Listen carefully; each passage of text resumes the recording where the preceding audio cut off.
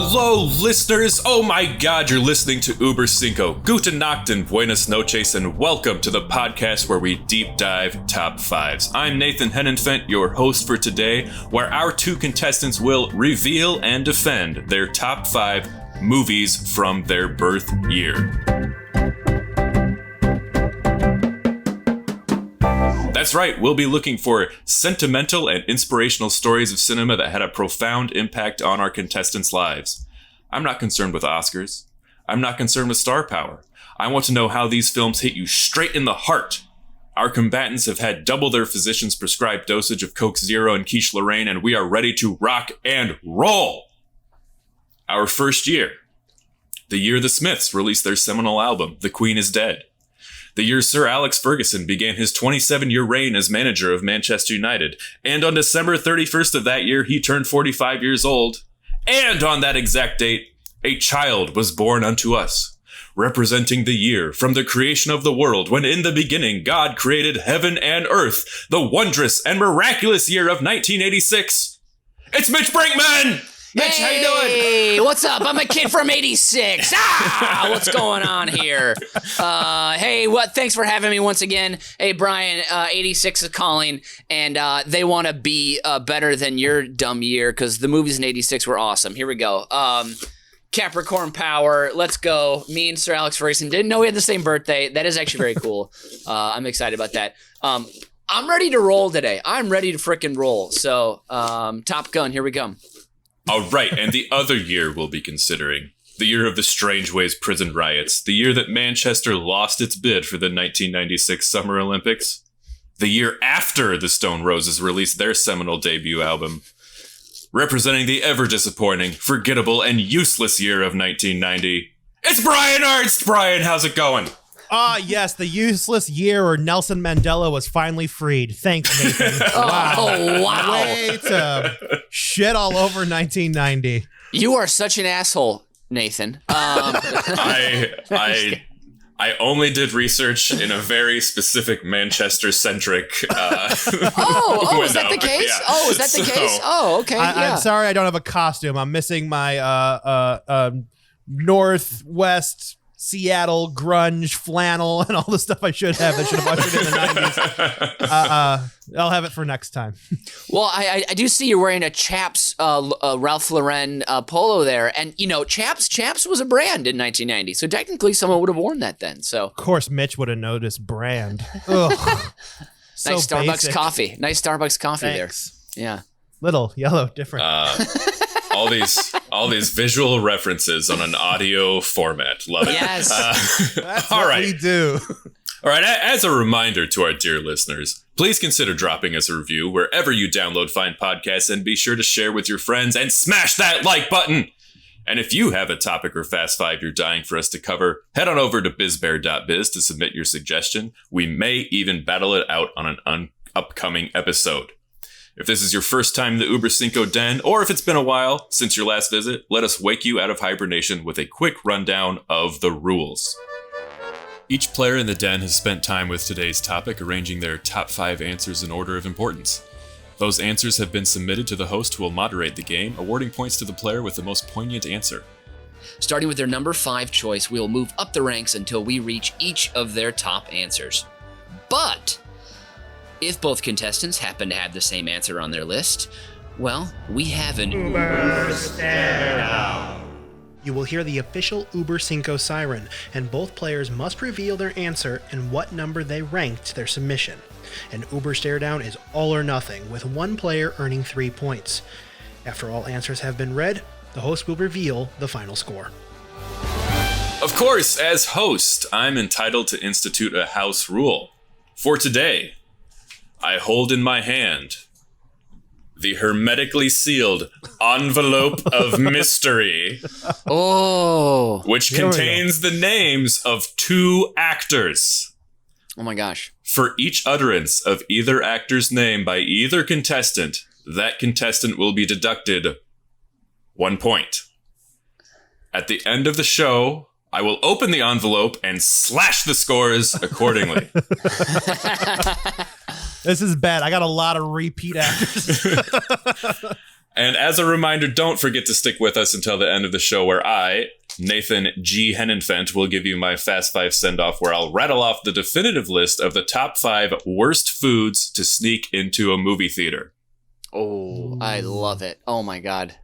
All right, let's get started. Mitch, you were born in the year of 1986. Which, according to my calculations, which I got up really early, was working with the abacus to figure out, it was before 1990. So you get to go first. Let's hear number 5. Oh my God, awesome. Well, for those of you enjoying this on YouTube at home, I'm wearing a shirt with the none other than the man himself from Top Gun, from Risky Business, from the Mission Impossible series, Thomas Mapother Cruise III. And he is great. But guess what? He is not on my list at all today. So, Nathan, I am dodging the trap you tried to set for me. I'm not going to say his name again for the rest of the podcast. Ha ha! I know he's in that envelope of mystery. I'm so glad. Oh, I'm going to win this one. The wonderful thing about the envelope of mystery is that it's still a mystery. So... Wait, are you gonna rig it? Oh my God! Oh, whoa! This is the best part of being in a pandemic is that we're all in different locations, and I can cheat in any way I want. You son of a gun! Okay, all right. I also disclosed to Brian and Mitch earlier today that I've actually been battling with an illness, and I may be having to take a couple breaks while we record this. And that's really going to come in handy now. I can do all kinds of jiggery pokery. Sure. We'll probably have 2 negative scores today. That's the kind of mood I'm in. All right. Well, okay. Well, my real number 5 is a film I actually discovered during research for this, but I watched it and I love it. And I'm going to watch it again. I'll watch it with you guys at some point. It is called Rad. Yes, it tells the story starring Bill Allen. Yeah, do you guys know Bill Allen? I didn't either. And it tells the story of a young man named Crew Jones, like an 18-year-old in his small town of Cochrane, USA. We're not really sure where it is, and he has dreams of becoming a professional BMX biker. And this movie starts with just BMX tricks on Venice Boardwalk, but like you never see California again. It's just for the credits and the opening and the end. This kid, he wants to race. He has a paper route as well. So he that's where he develops his skills. The local cop chases him through lumber yards for him to fine tune his BMX jumping skills or whatever. The biggest star in this film that you would know, Aunt Becky, a young Lori Loughlin stars in this. And there is a very confusing, two times too long, bike dance scene at a prom-esque dance to celebrate this BMX event that's about to happen in their town. And there's slow-mo shots of them sitting on handlebars with their arms out as if they're being showered with like flower petals. But it's just like the sparkles of the crowd as they watch them. It's a very, very strange movie. It's basically just a commercial for 7-Eleven is in it a lot. You see some Pepsi's in there. They mention by name like AT&T and like Taco Bell and then Mongoose Bikes. Clearly, this was like a time in the 80s when bike companies bet big on the BMX trend. And clearly it didn't hit that hard. But the teacher from Fast Time at Ridgemont High, Mr. Hand, Ray Walston, he's in this as a guy who says his first line in the movie is, "I wish kids didn't exist." After the main character knocks the coffee and pastries out of his hand with a flying paper. And so he's the curmudgeon who gets turned, his heart goes from stone to gold, and he actually helps out the main character in the end. But man, it was a delicious little ride. Ray Farnham, I don't think he was famous before this, did the soundtrack. And my favorite line, the chorus of the main song is, when there's thunder in your heart and you're going for the greatness, when you can taste the glory of the moment. It's incredible. So, Rad, 1986. I lay that at your feet. It is an overpowering monument of 80s cliches. That was really pretty incredible. Also, Talia Shire of the Coppola dynasty is in this movie. I was about to say, Mitch said the only recognizable face is Lori Loughlin. And I was like, Talia Shire has been part of the biggest trilogies that end up to go longer than that films in history. Yeah, but she's in this film for like 3 minutes, and they clearly had her for one day. Of course. And she doesn't, she's the mom who's like, the whole thing is the same day that Hell Track, which is the big race he's got to win at the end, Hell Track is on the same day as the SAT tests. Oh, no. And she's like, you got to take the test for your future and education. And then he's like, Mom, what if I just take them 6 months later and I just delay college 6 months? And she's like, can you do that? Are you sure? And he's like, yeah. She's like, okay. And then, that kind of fixes it. What dramatic conflict. This is... I know. But that's the key to a dramatic scene is one character has to want one thing and the other has to want it. Oh, man. Yes. And she's always on the brink of tears. And at the end, when she sees her son do well in the race, it's just a small little whisper of a smile comes out. But like you see her so little throughout this film. She's really not a big part of it. So, and speaking of brink, this sounds like for the 90s kids who are out there who had Disney Channel, this sounds exactly like the plot to Brink, the rollerblading Disney Channel original movie. Yep. Redone probably about 10 years later. Yep. Just and there's rollerblades instead of BMX. And there's an evil corporate nemesis out there, but then the ragtag grassroots people pull themselves up by their bootstraps. It's also throughout the movie, you feel like they just cut scenes out because things just happen. You're like, wait, who is this person? What's going on? Like, there's jumps. There's a great There's the assistant to the big baddie. He has this mustache and he's just so schmarmy and always has like the book of rules for the BMX race. And every time the book of rules. Yes. Wait, I don't know a lot about BMX culture, but I don't think rules was a big part of it. Oh yeah, Hell Track has a big book of rules, and every 10 minutes a new rule shows up that stops the good guys from being able to participate. But they keep besting those obstacles. It's great. So that sounds a lot like this show. It's a solid choice. This movie came out exactly 4 years before I was born, to the day. Wow. Oh my gosh. To the day that Rad was released. Wait a minute. What's your birthday, Brian? March 28th. Oh, Wikipedia is telling me this was released on March 21st. Not IMDb. Okay. Oh, well, man. I was just checking because that was going to fuck up my script and embarrass me because anyways, let's continue. But the point is I know your birthday and I'm really proud of myself. Thank you. Oh, so man, Wikipedia's wrong? Yeah, imagine that. Okay, well, we're off to a good start because I am immediately going to watch this movie as soon as we're done. Brian, let's hear your number 5. What was going on in 1990? The fifth most important to you. Fifth most important for me is a film that would have been on TV several years after this release date during my childhood. It would have been cut to hell because you could not have said the words that were in this movie or shown a lot of things that were in this movie on network television, but this was John McClane in Die Hard 2, Die Harder. So Bruce Willis coming up. I have this on there because I think this is one of the first action movies I loved. Because if it came out in the 90s, this would have been on TV when I was like 3, 4, 5 and up. So...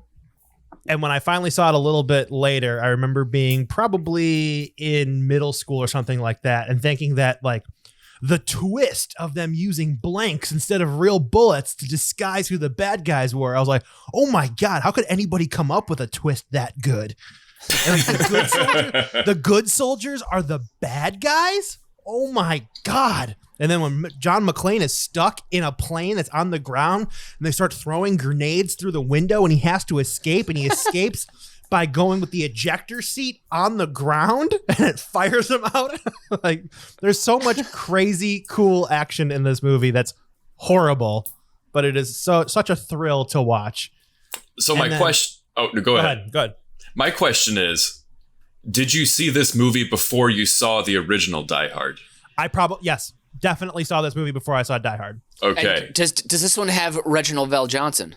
Briefly. It does. Not Okay, enough. okay. Because as you Nowhere both near know, there is no such thing as too much Reginald Val Johnson. It just Correct. can't be True. done. Yep. And I am by no means saying Die Hard 2 is better than Die Hard, because it isn't. But it is the one that had the effect on me because I probably saw it more before I saw the first one. And it's got arguably maybe a better use of yippee-ki-yay motherfucker than the first one, because when he says it this time, he throws a lighter onto a line of jet fuel that goes down a runway and blows up a giant cargo plane. How rad is that? Good So, use of that word. I have to say that this reminds me of one of my favorite scenes in the whole 74-year run of The American Office, when Michael Scott is working at a telemarketing firm as moonlighting there, Yeah. and he endears himself to the younger people working because he has this great analysis of Die Hard versus, the first movie versus the later movies. And in the first movie, John McClane's a regular guy who's in extraordinary circumstances. And then in this movie, he starts the trend to where he's just superhuman. Like, none of this is even rooted in reality. I mean, I don't know how you feel about the rest of the franchise, but to me, the first Die Hard movie is just perfect. As an action 100%. movie, it's perfect. And it's been a while since I've seen the second one. But my question to you right now in this moment, Brian, is to make the case of why all this ridiculousness is a pro and not a con. Go. Oh, because it's awesome. All right. That's good enough. Sure. It's just the ridiculousness of it is just enough, because not only do you have that, you got a guy get stabbed in the eye with an icicle. That's how he kills one of the bad guys. No trace. Love it. Guy gets sucked into a jet engine, yet the plane is still able to fly. And yet a couple of birds take Sully down into the Hudson. Yeah, I'll call BS on that one. There's also a hilarious thing that I completely messed up when I was a kid. For the entire time I saw this when I was a kid, I thought this movie took place in Texas, because they kept saying they were at Dulles Airport, and I thought they were saying Dallas wrong. So the fact I was trying to figure out why it was snowing in Texas, and I caught up with that one and got a little older. But that, and it has the quintessential scene at the end of the movie that's the same as the end of Die Hard, where John makes out with his wife or ex-wife, Holly, and just gets blood all over her as they are making out. And it's just the most disgusting. Like, we can do this later. Let's hug it out, and we'll do this makeout session later. But she just gets smeared with blood, sweat, and oil, and it's just like, oh my god, what's happening here? Oh Lord. Yeah, it's a little much. I think this where Die Hard was the trend for every action trope that came after it, Die Hard 2 is responsible for like your Speeds of the world. And that sort of action trend. So, yes, it's bad. I think Die Hard with a Vengeance brings us back a little bit. It's still a little out there, but I think that brings us back to reality, especially if we get Sam Jackson into the trilogy. But I don't know. This is... My peak Die Hard was, I don't remember which one it, Die Hard 3 Harder Dies or something. with a Vengeance. With a Vengeance. Oh, okay. So that's the one with Justin Long, right? No, that's 4. Okay, 4 then with Justin Long. Live Free or Die Hard. There we go. And again, yeah, that's okay. But no, when he's driving the police car and he hits the ramp and then they jump out of the police car and the car hits a helicopter in midair. That was, I mean, that leads right into Fast 5, Yep. Furious 6er and Fast 7, more Fury or whatever. Like that's, it's a beautiful moment. Beautiful moment. I remember being so excited for Live Free or Die Hard too, because that was 2007, and I was like, oh, it's coming back. Because now I'm 17, and I'm like, holy, the movie I used to watch when I was a kid, it's coming back. And it was awful. You got what? Oliphant is the bad guy. You got Justin Long teaming up with Kevin Smith, and you're like, what is happening in Die Hard now? But whatever. Yeah. Well, I cannot talk about the Die Hard franchise any longer, so I'm going to call this round to an end. And scoring this is tough though, because I mean, obviously this had a real deep personal connection with Brian, and it probably led you on the film to become, or the pathway to your interest in film and your career. But also, Mitch's movie has BMX, so it's also. I forgot to mention the director of this film was Hal Needham, who directed Smokey and the Bandit, Cannonball Run 2, Stroker Race, all tons of Burt Reynolds classics. So there's a ton of really great BMX action that's real. A lot of real great stunt riders. Real. Oh God, Hell track. Okay. I'm lost. You both. There's some pros. There's some cons here. You're both getting 2 points, and we're gonna move on to number 4. And we're gonna keep it going the same order. It goes in birth order. Sorry, Brian, but the old men are taking a stand here. So, Mitch, I want your number 4 right now. Yes, my number 4 is quite possibly the greatest sports film ever made. Hoosiers, classic. Gene Hackman, Dennis Hopper. I don't remember who played the kids, but Jimmy Chitwood, is the main guy on this team. And this is a great story because it feels both small and enormous all at once. Like they focus on the personal relationships in the film, and then they film in the classic Butler Fieldhouse, the titular scene. Right there with Blue Chips, if not better than Blue Chips, with the best basketball footage in a movie. Hoosiers is about perseverance. It's about forgiveness. It's about empathy. It's about hard work. It's about becoming the best version of yourself. It's about passing 4 times before you take a shot. Exactly. The passing 4 times. And so, I mean, this is about, it's not me, it's us, it's about parts coming together to form a greater whole. Except the greatest line in cinematic history, when they want to use Jimmy Chitwood as a decoy, and he says, "I'll make it," and he does. Mm-hmm. I just got chills thinking about it. Yeah, and it's about believing in yourself too, right there. Confidence, brimming over that swagger. Of course, in Indiana, you wouldn't call it swagger. Maybe be like a Christian strength or something. Divine gumption. But I mean, for anybody who hasn't seen Hoosiers, which I'm sure is not that many people, but it's a small, tiny little Indiana town, and Gene Hackman, a washed up coach, shows up there, and he imparts a new philosophy, and he's, and he takes this small town with the help of Dennis Hopper, who's a terrible alcoholic whose son's on the team, and he's like a basketball savant. And he brings a lot to the table, but he can't control himself, so he's unreliable. But it's an amazing mix of genuine, like sort of small town success story, but also just like dripping in sugar saccharin. But it just works. It does. It's really, I think the wonderful thing about sports movies. It's very easy to know if they're good or not, and that's if somebody who doesn't like sports will also like the movie. You don't have to like basketball to like Hoosiers. No. Hoosiers is just a great story with great characters, great everything. So basically, Brian, you're in a lot of trouble this round. But Nathan, you just described my entire approach to sports. If there's a movie about it that's good, all right, that's all I need.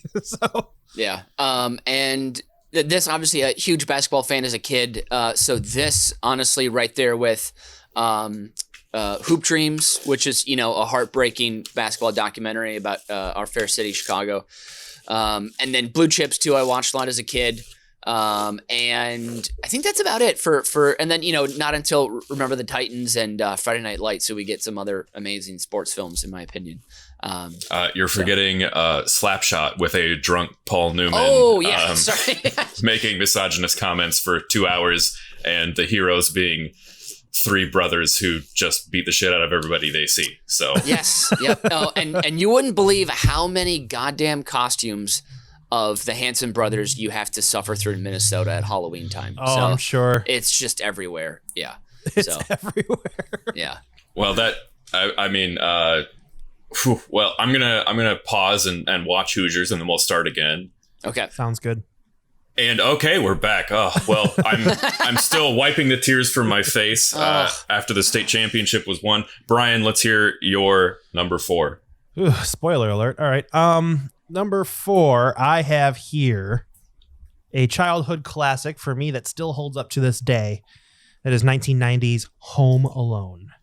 Oh. Starring a cute young Macaulay Culkin, and you got some Catherine O'Hara in there, who I've mentioned several times on my list here.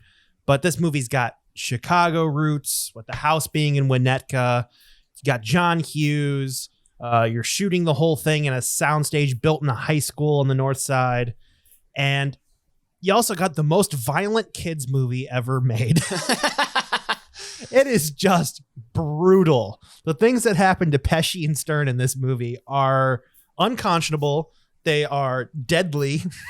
And the fact that we revere Kevin McAllister as opposed to not thinking he's just like a sadist is kind of impressive. Also has one of my favorite, clearly only had him one day on set, visits from John Candy as Gus Polinski, the Polka King of the Midwest, where he delivers one of my favorite lines that is repeated throughout my household is, we're big in Sheboygan. And I like how he was just like, oh, with Polka King of the Midwest, you ever heard our song? Polka, polka, polka. That's all he says. Is there a scene in Home Alone? My favorite scene, I know this scene is in it, but I need some clarification on the detail, is when they play Rockin' Around the Christmas Tree and it looks like people are dancing. And he has a, is it a Michael Jordan cutout? There is a Michael Jordan cutout. Is moving on a train set? Correct. And so the silhouette of it makes it look like people are dancing, and this is his ruse to make it look like people are still in the house. This is before we find out he's a sadist. He's only just trying to distract people. Yeah, we know he's a genius, but not necessarily an evil genius. Yeah, I mean... And also, can we talk about this house? Like, what are his parents doing for a living? That house in Winnetka is probably, what, $12 million in 2020 money? It is expensive. I think it just went on the market recently, actually. So it's a crazy house. And I don't know. They have to be some sort of... Maybe they're money launderers for a cartel or something. That's the only thing that makes sense, to have that much money and be able to just go to France on a whim. But I'm looking through this list, and there's one that may be an exception, but I think that all of us have probably watched this movie more than anyone else on the list, because this is an annual staple. This is one you watch every Christmas. This is the child at heart. Like, I mean, we're in our 30s. Mitch is shaking his head. Mitch apparently disagrees. I disagree. If I'm going to watch a Christmas Home Alone movie, it's going to be Home Alone 2. For whatever reason, I think that came out at a time we saw that more for, maybe randomly we saw that in theaters, and Home Alone we didn't, because it is the same movie, just in New York. Same movie. I like it just as much. I probably watched it as much as when I was a kid. I watched both of these the same amount. You can switch one in and out without even halfway through. You can just switch it in and out. You're not going to notice much. I'll say halfway through, you could put in Kieran, right, and no one would notice. Like you're like, this kid's hair's a little more brown than before, wasn't it? And then I mean, by the time Catherine O'Hara is screaming Kevin, like you've already had enough eggnog to where you're not going to care. Yeah. Also, it's not only a perennial Christmas movie; it's a perennial soundtrack. I put on just the soundtrack around Christmas time because it's so poignant, and I don't think it is as popular without that part of it. I don't think the movie is the same until it gets that soundtrack. Yeah. Because it's so whimsical and childlike that it like tames the violence. It's something that's very much needed. And I mean, I don't know how they landed John Williams for this kids movie, but it's definitely one of the money Sorry. helps, but I'm glad they got him, and it's one of my most influential films on this list. Well, I was gonna say, on cable I just caught Home Alone 2 a chunk, and I remember I love Tim Curry. That's what it is, the hotel manager in number 2. Also Rob Schneider is his goofy, wacky, trying to be evil assistant. And my favorite shot is when he says he wants to go out and they get him a white limo. and he walks out and he sees the limo and he goes, "Oh, wow." And then the camera pans over and Rob Schneider opens a giant pizza box. It's a hot cheese pizza. And he's just like, "Are you kidding me?" Gets in and pours himself a Coke. And that part, that's always been That's always been the problem I have is he always wants a cheese pizza. There's so many pizzas available. Oh, the guy's got the world at his fingertips. He can have I'll have a cheese pizza. Well, yeah. Anyways, I shouldn't be negative because this was a great round and basketball's close to my heart. Hoosiers is close to my heart. Home Alone is a perennial Christmas classic. It has John Candy. There's no way I was ever giving either of you less than 3 points. 3 points all around. Everybody feast on the points. Let's move on to number 3. Mitch, go ahead. Yeah. I'm going to share a quick personal anecdote about Home Alone. The old man who's very terrified of turns out to be nice. That figure, that image, an old guy in that giant coat, that mixed with like rotting teeth and the long hair of the Crypt Keeper was the image of the man that literally haunted my nightmares as a child from like 4 until 10. So maybe that's why I didn't love Home Alone that much. I was thinking about it, like maybe that's why I didn't want to watch that. So, so that actually had a big effect on me. So that definitely would have been on my list if I would have been born in 1990. But moving right along, my number 3 is an instant classic. Would never get made the way it was made in the 80s now, but it is just a beautiful, strange offering, and that is Labyrinth.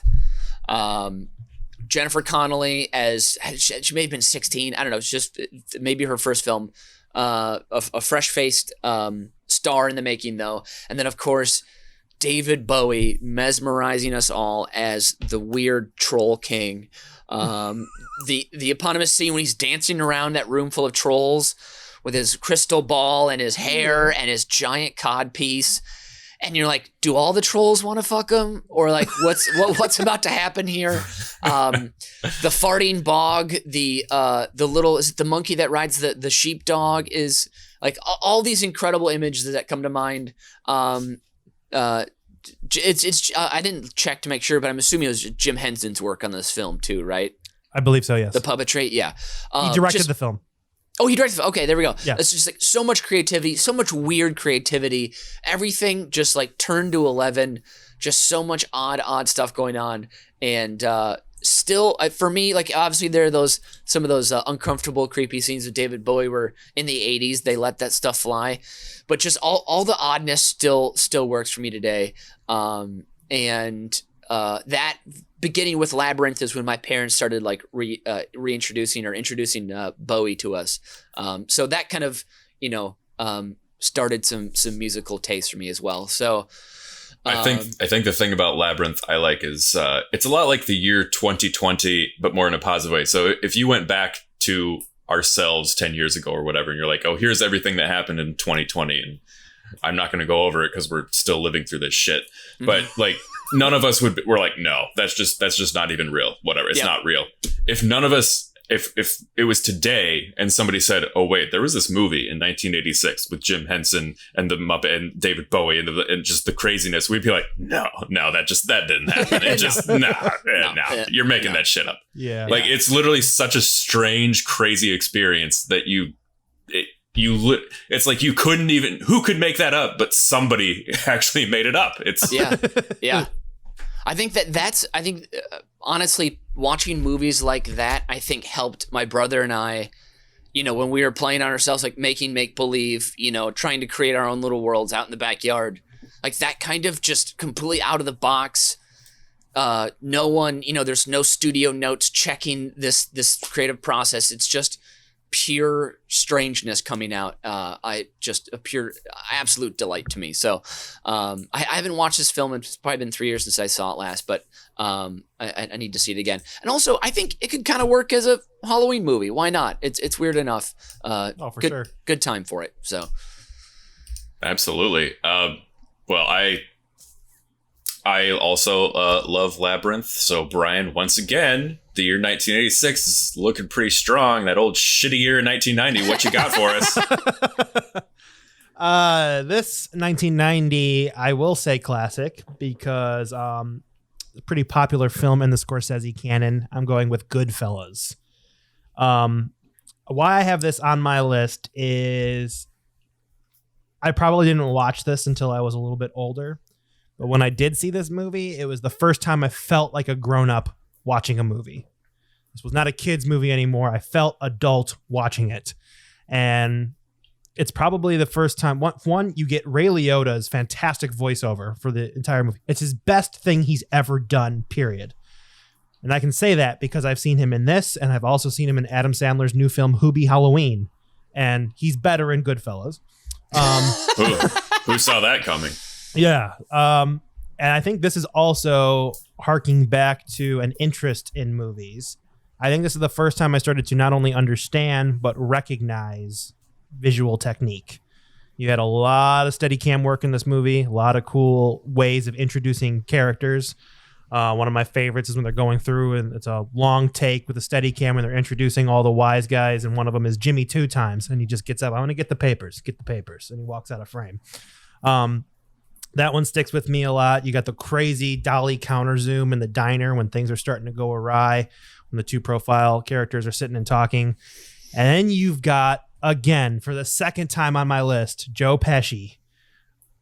What a great, I mean, this is better than Casino for me. I mean, Casino and Goodfellas are kind of like Home Alone and Home Alone 2. There are parts where are kind of interchangeable. Yeah, you can fall asleep watching one and wake up watching the other and you won't know the difference. Skip a beat. But yeah. So you get Pesci and Liotta and the Do I Amuse You? Am I a Clown speech, which is great.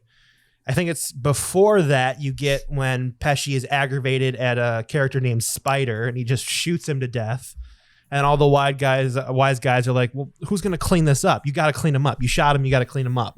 And it's like, all right, he's all flustered because of that. But then at the end of the film is similar, I believe, in the episode a couple of weeks back when we were talking about Noah Wyle getting stabbed in ER. And how it scarred both of us for life. And I still have a lifelong phobia of knives because of it. Very similar is when Tommy walks into the house and then just someone shoots him in the back of the head and he falls under that rug. This is Pesci's character and he gets rolled up and taken out.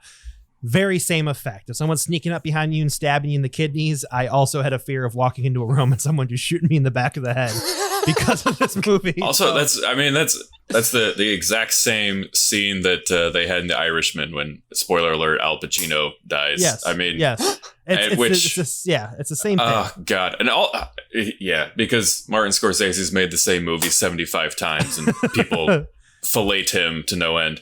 Also, let's just remember everybody. Let's talk about all the great women characters in this movie. There's just so many amazing, great, and in all of Scorsese, oh my God, just so many great women characters. He gets these women to act in his movies and he just gives them so much meat to chew on, just so much depth to. I'm obviously joking. It's fucking nonsense. It's white dudes. It's white dudes who want to shoot each other and blah, blah. And the voiceover, oh my God. I don't want to be in Ray Liotta's head for 10. It's like, it's a movie. It's a visual art. It's a visual art. I don't want to hear somebody talking Blasphemy. For 2 hours. Blasphemy. Or 3 hours. How long is Goodfellas? 7 hours, I think Goodfellas runs. I don't want to hear Ray Liotta's voice for 7 hours. I want to watch a movie. I don't want to listen to a 1930s radio drama. It's only 2 hours and 26 minutes. It's half as long as The Irishman. It's not that bad. Oh my God. My favorite part of this movie is at the end when he's high as balls on cocaine and he's making his trips and the sauce is getting made at home. And then he comes in and just when he yells his wife's name, Karen!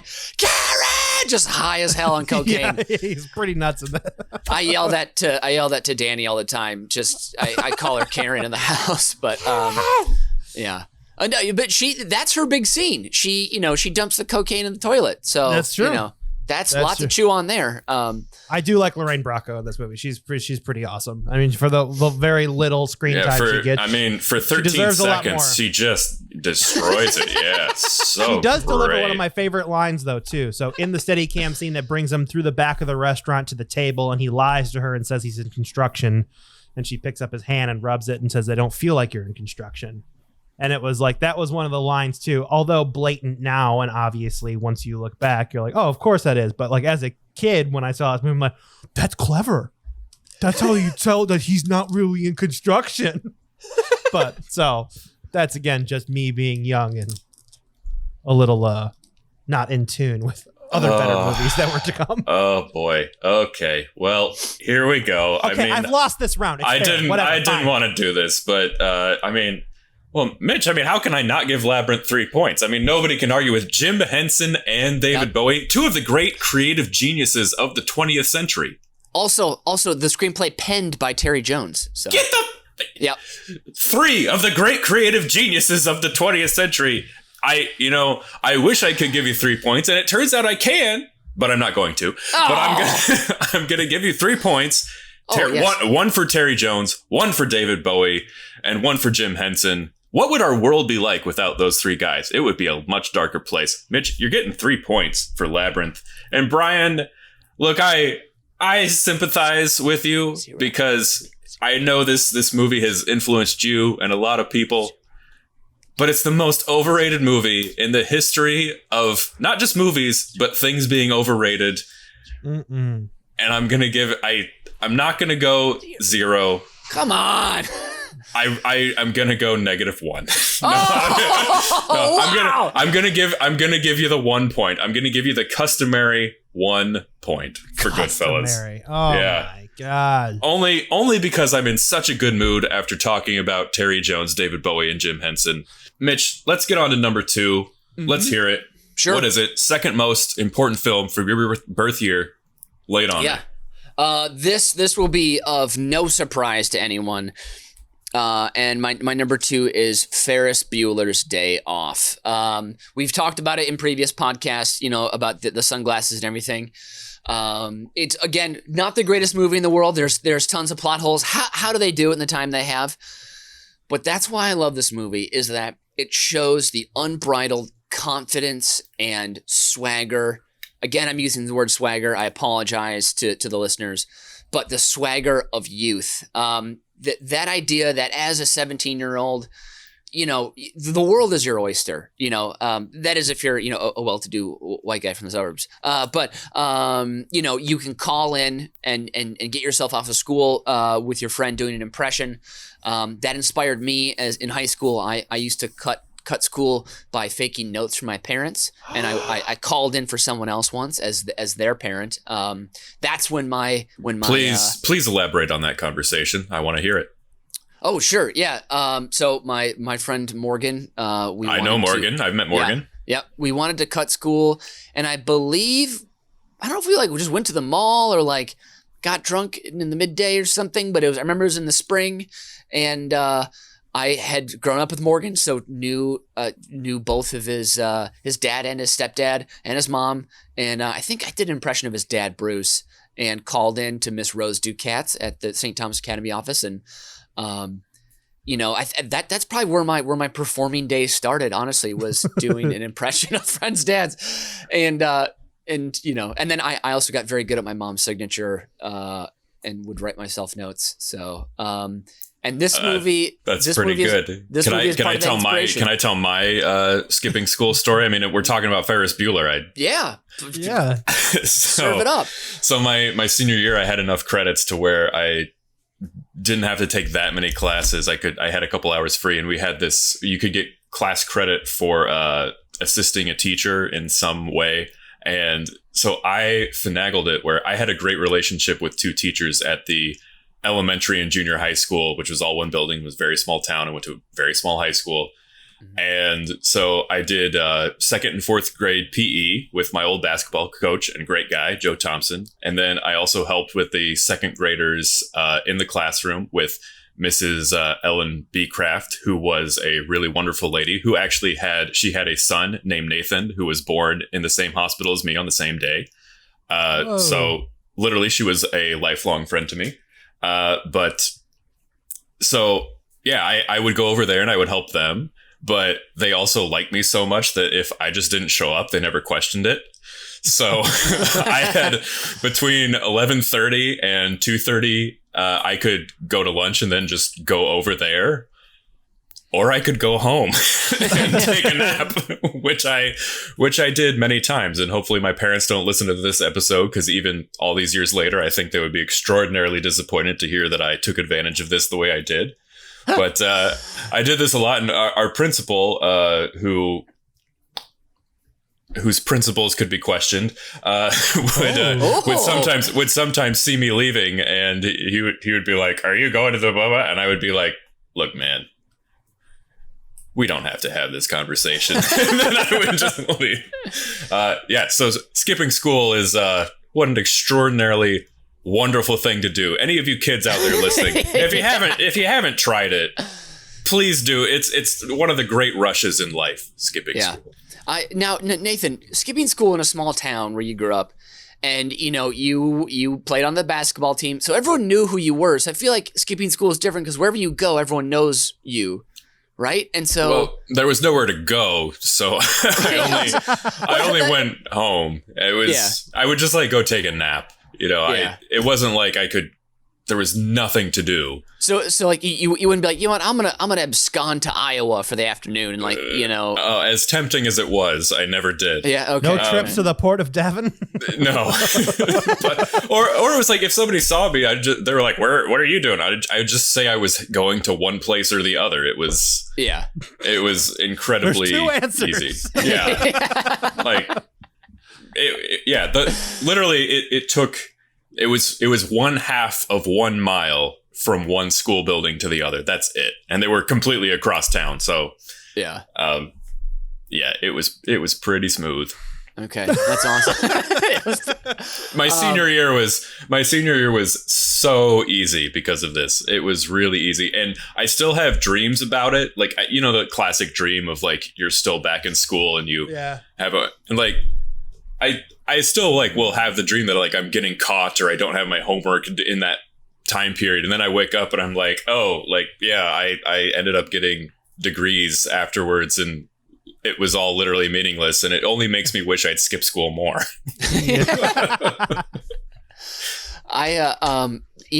The Ferris Bueller thing too.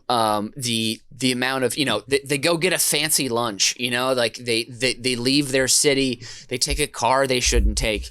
One of my favorite things ever. Like on Friday, sometimes like they do in baseball, they have a 1:00 game. We would skip school and go to a baseball game, just like in Ferris. So life imitating art a little bit. And never went to a art museum though. Wasn't too into that at that point. I did skip school to go and kiss girls. Hello. What? Yes. I had a girlfriend that went to a public school, so she had public schools are famously more, I think, open and lax. Compared to Nathan's story here. So that was. I thought I was pretty cool at that time. So, I'm trying to think of my other, things we've said in the past. I feel like we talked a lot about Ferris Bueller in the sunglasses episode. But also, I want to mention there's an actor in Ferris Bueller that's also in my number 1 film. So that we will figure out in the next one. See if you can figure out that mystery there, listener, before it happens. So I see that coming. Okay, well, Brian, your move, my friend. Number 2. My move. So this is the third in a sci-fi trilogy that means a lot to me. This is my number 2 is Back to the Future 3.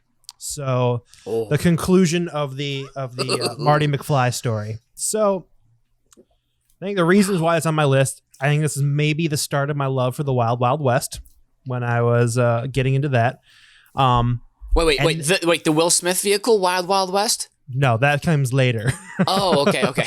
No, just for the Wild West. Oh, okay. And then this movie I didn't see for a long time because everyone would tell me it's the worst in the trilogy. Big misconception.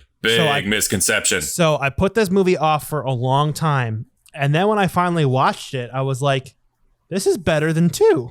I like this one. This is better than the future one. And this is kind of where I got my thing. Like, just you don't have to rely on other people's opinions. Like, trust your instincts, go watch it and form your own opinion. And when I watched this one, I'm like, the train sequence at the end of this movie, because they blow the gas can on the DeLorean, they need to put the DeLorean on the tracks and find a way in 1885 to get the car up to 88 miles an hour. And there's this awesome sequence on the train where it's like it's going fast, people are getting on and off and burning the coal and these special little logs that Doc has made, and it's explosion, there's tension, there's stakes. And just as a kid, I remember when I finally watched this movie, I was like, this is pretty awesome. I like this a lot. This is so cool.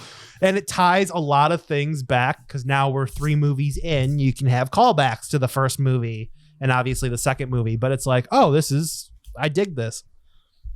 Plus, I think this also adds to what I was talking about with Home Alone, my obsession with movie scores. Because Back to the Future score is probably one of my favorite. And to this day, the Back to the Future theme is my ringtone on my phone. And the signal that something is changing or happening in Back to the Future is my text message tone. You use a ringtone? Yes. You monster. I'm sorry. I don't leave my phone on vibrate like some sort of too cool. Sometimes I need to hear if I'm getting a damn phone call. Jeez. Especially, I work from home now. Who cares? I'm like, that's been the best part is I can just have things be loud and buzzing all the time. Well, you're not disrupting anybody. I'm teasing you about the one of the biggest ringtone. Pleasures of working from home. Everything being loud. Oh, yes.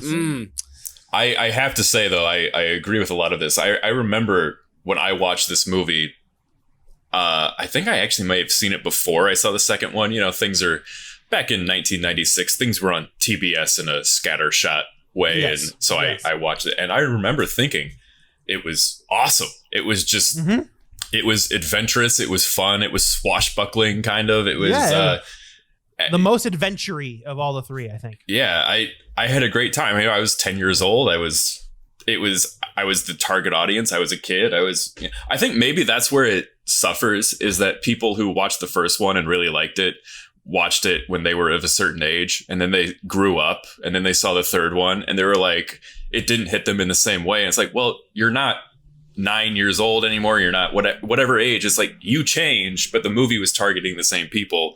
It was supposed to capture that same spirit.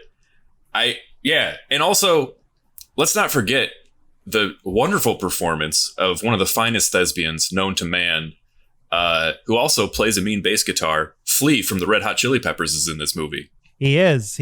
I watched some of this film this morning to kind of get it back in the good graces in my brain. Between Flea and I love Mary Steenburgen in this movie as well. We used to make fun of a friend of mine, Hunter. We'd always make fun of the way she yells for Doc Brown in this movie. It's always, Emmett! Emmett! So it's always stuck in the back of my brain. She's on the train, Emmett! So that part's great. She's good in this movie. The references to Jules Verne, the giant machine Doc has in his barn where he's pretending to be a blacksmith. He has this giant machine that's only there to make one single ice cube for his iced tea to get some lap of luxury in 1885. Marty McFly going as Clint Eastwood the entire movie is his name. And of course, the showdown with Mad Dog Tannen and Marty McFly, where he steals the boilerplate off, inventing the first bulletproof vest and winning that thing. It's awesome. It's an outrageous movie. And so I'm going to score these now, and I'm going to start with you, Brian. I think that's the thing. I would encourage people to enjoy the first Back to the Future movie to watch this. And the point that you drove home here is that this, oddly enough, this silly movie made you start to trust your opinion more than the opinion of others. And I think that was actually something I could relate to with this, only in retrospect that you worded it as the way you did, is that, yeah, it's like, sure, critics may have panned this movie, but it's an awesome movie. And so, you know what? You don't have to listen to us. You don't have to listen to anybody. Like what movies you like. So I'm going to give you 3 points. That was pretty profound. And then to contradict everything I just said, I mean, I love the personal tales of skipping school, Mitch. I mean, that just, I I think you skipped school more than I did, which is going to bring you up in my estimation as a person, as a human being, as a friend, as a comrade, as a colleague. Thank you. But I think I'm also just so tired of hearing about Ferris Bueller's Day Off as a guy who's lived in Chicago forever. So I can only give you 2 points this round. I apologize sincerely, but not that sincerely. So did you notice how I spoke about the film as little as possible? Yeah, it earned you 1 extra point. Thank you. So, but I think the only thing left for us to do is to move on to number 1. And Mitch, as the elder statesman, the floor is yours. Yeah. So this is my number 1 is a very, very strange film, just like my number 3. And I went with the George Lucas classic, Howard the Duck. And if you didn't figure it out yet, listeners at home, the mystery is Principal Ed Rooney, actor named Jeffrey Jones, is also in this film. The other humans, Tim Robbins is in Howard the Duck as well. And the love interest of Howard the Duck in this film is none other than Leah Thompson. And in this film, she continues her confusing sexual movie journey, continuing on from the criminally overrated Back to the Future. And in this one, her and Howard make it all the way. They make it quack, if you will. And this movie is so strange because, again, only in the 80s and only if George Lucas was like, hey, I've got an idea. And then they're like, what is it? And they're like, it's a duck who's in a duck world, and the duck world is just like the human world, but just like it's all duck puns. And they're like, this is incredible, George. Let's greenlight this thing. And that's what, and it's such an odd film. And it wasn't George Lucas's conception. comic. Yeah, it was a comic book first. Oh, okay. All right. Well, he found it and wanted to bring it to life. Okay. Sorry, I didn't do all the research.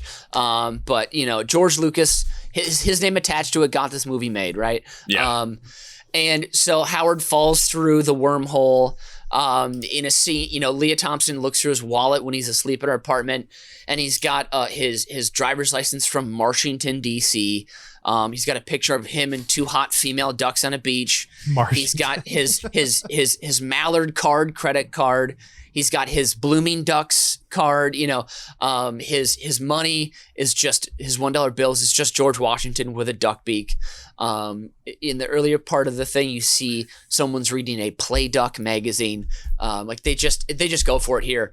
But Howard the Duck, it was such a weird movie. And again, in the 80s, they're not doing animation, like visual effects here, so it's all like practical. So it's kind of cool. You have a little guy in a duck suit. But of course the ADR doesn't always match. It's a little off. The voice doesn't seem right to me either. The memory I have of seeing this part, I don't know if it was on film or TV or something. As a kid, I went back and found the scene, and it wasn't nearly as naughty as young Mitchell thought. But in the scene where he goes to the employment office to find a job, and he gets a job at a bathhouse. And, Howard gets thrown into a hot tub with 2 couples that are like about to have sex in this bathhouse. And it's very strange. And he's like the towel boy. But like Howard understands like human sarcasm, and he has like the dry wit of like a beaten down middle-aged man. He loves cigars. Again, he has sex with Leah Thompson. Very strange. This is, you know what this movie is, Mitch? This is the absolute antithesis of Labyrinth, where in Labyrinth all these strange elements came together so beautifully. Yeah. This one has everything that came together was awful. Even George Lucas, who was riding high after, he had American Graffiti, and this movie was written by the same people he wrote American Graffiti with, which is an American classic. Yep. And then he'd done the Star Wars trilogy, and in the midst of his Indiana Jones run. Yep. So how could it fail? Yep. And it did. Oh boy. Yes. Yes, it did. And I think that, again, kind of going along with the Labyrinth thing of movies like this being so weird and just so strange and so bad, I think this kind of started that ability for me to take in this cinema that's like total crap, but like enjoying both, because you guys know it's like I very much can appreciate the quote unquote like high art Oscars stuff that but then like this is just so bad, and I also enjoy this. So being able to enjoy the taste of the whole gamut essentially, and I remember my brother and I discovering this, or maybe our dad showed it to us. I don't remember, but both of us just being so fascinated that there's a duck operating as if they're a human in this world. Had you not watched Sesame Street? Like, I mean, this isn't that confusing of a concept. But he was dirty though, it was like he likes cigars, You've not met Oscar the Grouch. Oh, come on. It's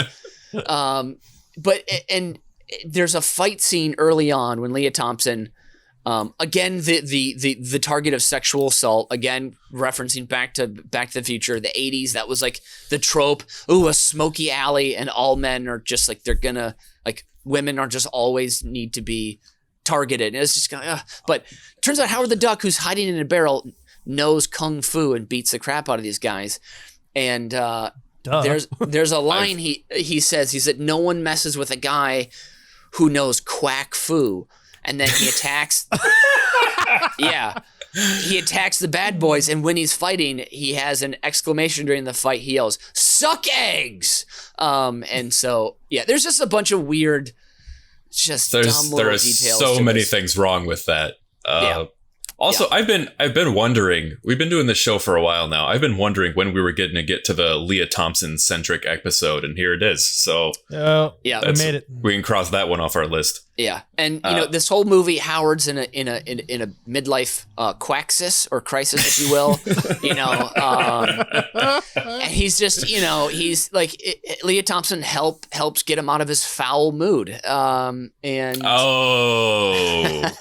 that one almost went over my head. Good but Lord. and so Howard the Duck. Well, Mitch, I think you've just talked about Howard the Duck more than any other person has ever talked about Howard the Duck in the history of people talking about Howard the Duck. And I salute you for it, but I think we have to hear what Brian has to say about the most influential movie on his life from the year that his life began. Go right ahead. All right. 1990. There are a lot of movies I could have chosen for this number one spot. I could have chosen My Blue Heaven, the Rick Moranis, Steve Martin vehicle. I could have chosen Flatliners, the Kiefer Sutherland, where they just decided to stop their hearts for fun. There's Tom Cruise. That's a weird one. Yeah, Days of Thunder I could have picked. The Hunt for Red October, Misery, Kindergarten Cop, Total Recall, Dances with Wolves, Pretty Women. There are a lot of Ernest Goes to Jail I could have picked, but I did not. But my number one, slightly camp, slightly drama, slightly fun, is the Jeff Daniels starring Arachnophobia. I freaking love this movie. And it has one of the best log lines of all time. A species of South American killer spiders hitches a lift to the U.S. in a coffin and starts to breed and kill. Ooh. Oh, boy.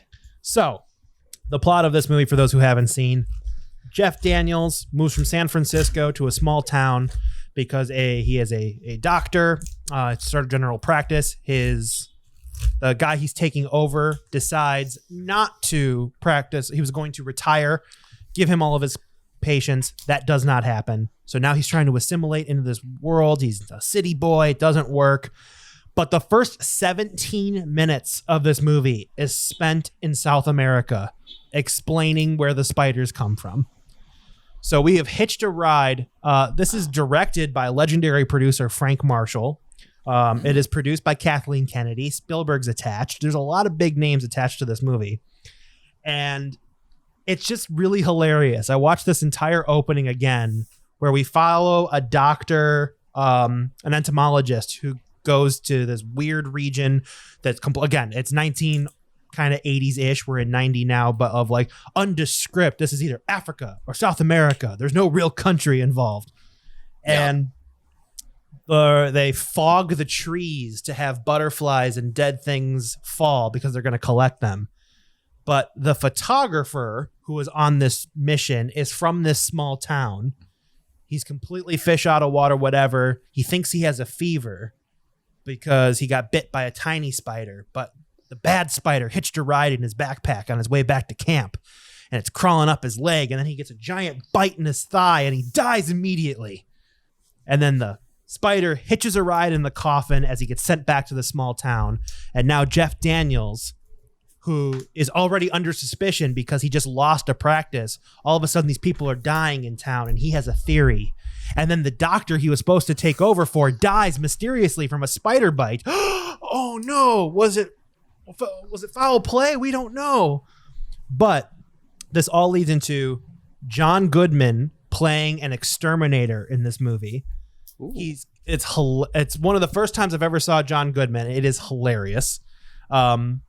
He's kind of like when Peter Venkman first walks in, when you first see him in Ghostbusters looking at Sigourney Weaver's apartment. He's got that little stick thing and he's going around and he's playing cool, but he's just like got all these gadgets and stuff. And this farm is completely overtaken by these spiders that are super aggressive and chase you. And there's a lot of weird scenes where the spiders like come up through the sink. And It's just like a lot of things that just like resonate in my head. And I have this on this list because I probably think about this movie at least once a month. It just has solidified itself. It's weird. And what's great is there's a wine cellar in the basement of this house. And one of the things at the end of the film is they find the egg sac that is producing all these spiders. Yeah, I was waiting for you to get to the egg sac, which is highlighted on the Wikipedia page here. Yes. So apparently the egg sac is quite important. Correct. And Jeff Daniels has arachnophobia. So him going up against the spiders is a huge challenge at the end. And one of the ways he gets through this all is he's chasing the main queen spider, whatever it is, with a lighter and an aerosol can. And he's just trying to chase the spider down. And it's just so weird and campy, yet it's fun. And I don't know. There's so many weird things. It's a weird melding of different genres that it's like I can't even talk about it straight because my mind wants to go in all these different tangents of things that I like about it. So, I mean, Jeff Daniels is a leading man. Between this and I love him in Purple Rose of Cairo are probably the only two movies where he's like truly the lead that I really, really like. You've not seen Gettysburg when he plays Colonel Joshua Lawrence Chamberlain of the 20th Maine Regiment in the I'm sorry, I'm turning into my Civil War buff nerd thing. Let's get back to the thing where he kills spiders. Sorry, everybody. My bad. Anyway, it's Jaws with spiders in a small town farm. That's that's what you get. I mean, you get Spielberg attached 15 years after Jaws. That's what you're going to get. We're right. You were born in the era of Spielberg, like just right in the sweet spot. Spielberg was in his 3 apex. years later, I'd be getting a great childhood film, Schindler's List, and then and Jurassic Park. That's what many people forget is you get Schindler's List and Jurassic Park in the same year. Are there any two films that could be more drastically different? From the same director? From the same director that are equally amazing and different? Yes. Mel Brooks with Blazing Saddles and Young Frankenstein. Those are very similar, though. They're both comedies. One was in color, one was in black and white. Okay, thank you. Fair enough. Fair enough. But I mean, both the Spielberg ones were comedies too, right? All right, we have to have this sit down where Mitch hasn't seen Schindler's List. All right, well, on You're that, making out during Schindler's List. I was gonna say I was gonna mention another Jeff Daniels classic from '86 that was on my hot list but didn't make the top 5. It was Something Wild, where he meets up with Ray Liotta from your beloved Goodfellas film, along with Melanie Griffith. It's going on my list. But also, I know Nathan, you're going to be tallying here, right? You're going to do the point things. I've got the abacus out. I'm ready to go. Okay. I wanted to mention a quick movie that I discovered that both because Tara, I think also a theme that we've been speaking about today is sources or origins of fear as children, right? And this would have accelerated my fear of rats. And that's a film called Rat Boy that I discovered. It's about a teenage boy who's half boy, half rat that lives in the dump in New York City, and he gets discovered. And after that, a succession of individuals tries to profit off him. through like freak shows and or like, you know, media appearances somehow. And it's a terrifying trailer, and the Rat Boy sounds like this. He's like, "My name is Rat Boy." You know, you're just like, "Oh God!" And he's got a snout and whiskers. And the only famous person I knew in the trailer was Robert Townsend, the comedian. But at the very end of the trailer, the '80s trailer voice says, "Rat Boy, it's hard to be different." And then it, boom, over. So it looks so sad. And the last shot is the Rat Boy cowering next to a dumpster as the rain is just pelting down upon him. So Rat this, Boy goes on my list as well. This very beautiful and descriptive rendition of the movie Rat Boy is your attempt to win more points. How long have you been playing this game? He tries to sneak in at the end. I mean, less 4 points away from me. Yeah, you know, in previous episodes at the end, you've snuck in with a Michael Jordan reference. For future reference, Michael Jordan's going to win you more points than Rat Boy. Sure. Well, I should say that I have my top 5 list, and my top 1 list was actually a short film made at 1986 All-Star Weekend, which is actually my number 1 film of 1986. It was put out by Turner Sports. So that one starred Michael Jordan flying through the air. So. Well, you missed his game against the Boston Celtics, where he scored a still record 63 points. Anyways, I'm getting sidetracked, so we're gonna have to move on and score this round. Both of these movies suck, boys. They fucking suck. So you get you're both getting the minimum 1 point, except that I'm pretty sure I've mentioned this at the top of every single episode I've hosted, where anybody who mentions John Goodman gets a half a point, and anybody who mentions Jeff Daniels gets half a point. So Brian, you get the bonus 2 half points, which brings your score up to 2. All right, so then let me tally the scores real quick, and I'll give you a topic to discuss right before that, and that is, of course, parallel universes in accordance with string theory and quantum physics. Go right ahead. Ooh, man, that string theory vibrates a lot, doesn't it?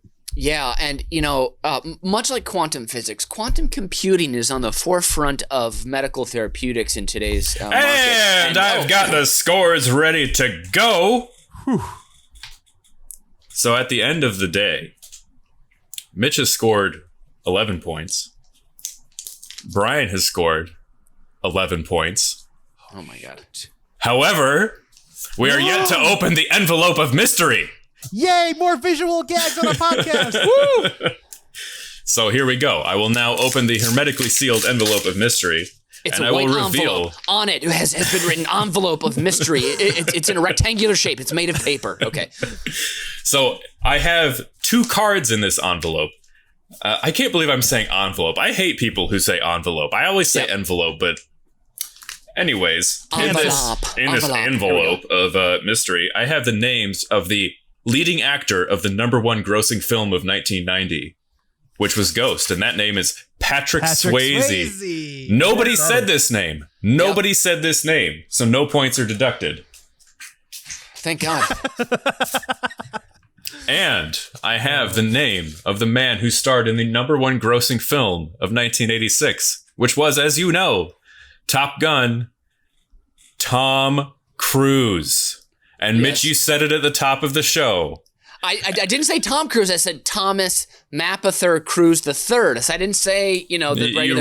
You referenced the man. Okay. And then Brian, you mentioned his name about 10 minutes ago. Days of Thunder. So you both lose a point. So unfortunately, today's game is a draw.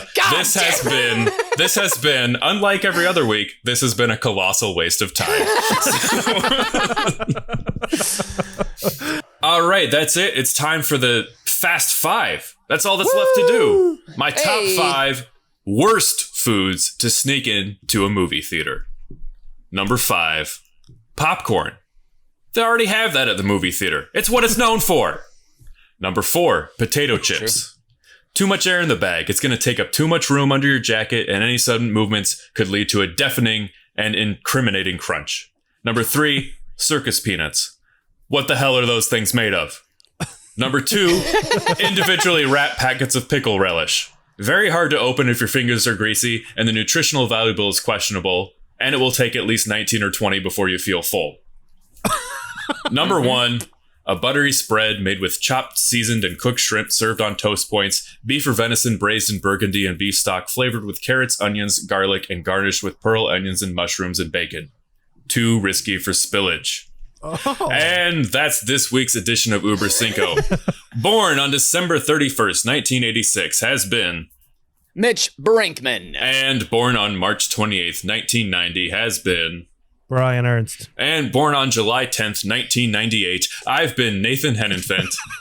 And as Biz Bears always says, I'm not answering your question, but I'm telling you how difficult the why question is. You have to know what it is you're permitted to understand and allow to be understood and known, and what it is you're not. The more I ask why, the deeper a thing is, the more interesting it gets. For example, if we said that magnets attract like rubber bands, I would be cheating you, because they're not connected by rubber bands. I'd soon be in trouble.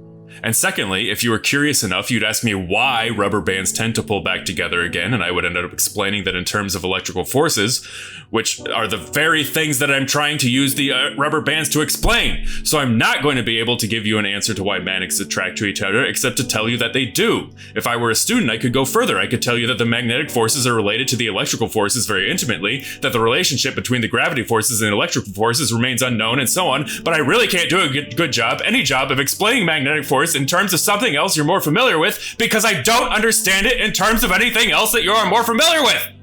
Oh wait, that wasn't Biz Bear. That's Nobel laureate Dr. Richard Feynman. I'm always getting them confused. Auf Wiedersehen and adios.